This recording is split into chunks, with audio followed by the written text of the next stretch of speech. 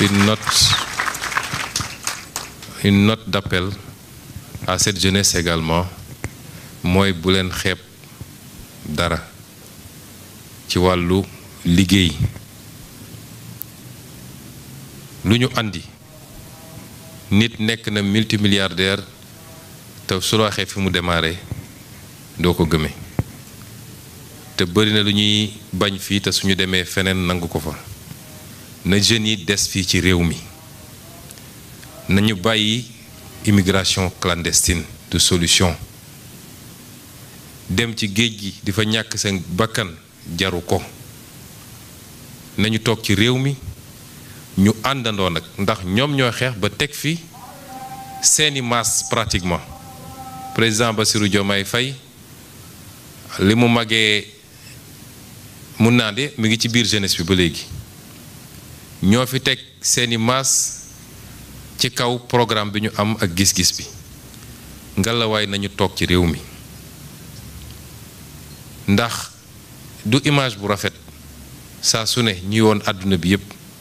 ay gaal yu këpp ci biir géej gi ñu naan nangami ndaw faatu nañ ci réew moo xam ne nu mu métti gëw ma ni xiif am na fi ba nit di dee parce que lekkuloo walla naanuloo te jàpp naa ni millions yi nit di def di ko jox passeur pour dem Europe bu góorgóorlu woon fu tuuti fii moo xam day dem defi aviculture walla mu def apiculture walla mu dem di jënd di jaay walla leneen mun na ci am lu mu suturloo en attendant di progresser kon bu ñu àndee dañuy ànd ci dëgg jël gaal naan maa ngi dem Europe walla jël désert bi du solution wu kenn boo yeggeek boo yeggul it nañu am fierté toog suñu réew liggéey réew mi defar ko Chine métti woon na naam am na ay chinois yi doon émigré waaye lu ëpp ci chinois yi dañoo toog liggéey biir Chine Europe métti woon na ba nit soo lekkee soo añee doo reer loolu defe naa amagu fi waaye européens yi dañoo toog liggéey seen réew kon ñu nit dañu toog ci réew mi te xam ni bu dee njiit yu jub am na fi bu dee njiit yu bëgg réew mi am na fi bu dee njiit yu am gis-gis am na fi bu dee njiit yu bëgg a xeex ngir delloo ci alalu réew mi ci réew mi am na fi te lépp nag ndaw ñee tax ñu koy def kon nañu toog ci réew mi c'est un appel bu ma bëggoon lancer ci lay tëjee ñu ànd defar réew mi moo ëpp sutura ci ñoom moo ëpp mucc ci moom moo ëpp ëllëg ci ñoom tey ñu bari ñu demoon génn dans des conditions beaucoup plus normales dem jàngi ña ngay dellu ci réew mi ñii di investir dans le privé ñii ñu jël leen ci biir état bi defe naa bi ñu toogeeg léegi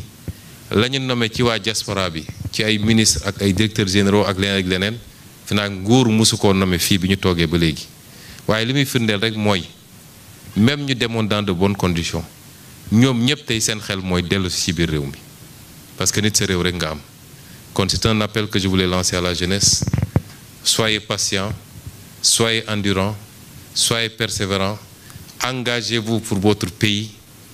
tolloogu leen fu ngeen ni amee bay ñàkk jarul yàkkamti waaye man li ma gëm nit bu jubee sawar dëggu yàgg dina réussir ci àddunaam réussir nag ça veut pas dire que ñëpp nekk millionnaire wala milliardaire waaye li nga soxla pour sa dund di nga ko am ba mu mat incha allah kon ñu ngi leen di gërëm leen sant asalaamaaleykum. logam defal ko sa bopp yàlla yaa ay logam defal ko sa bopp yàlla yaa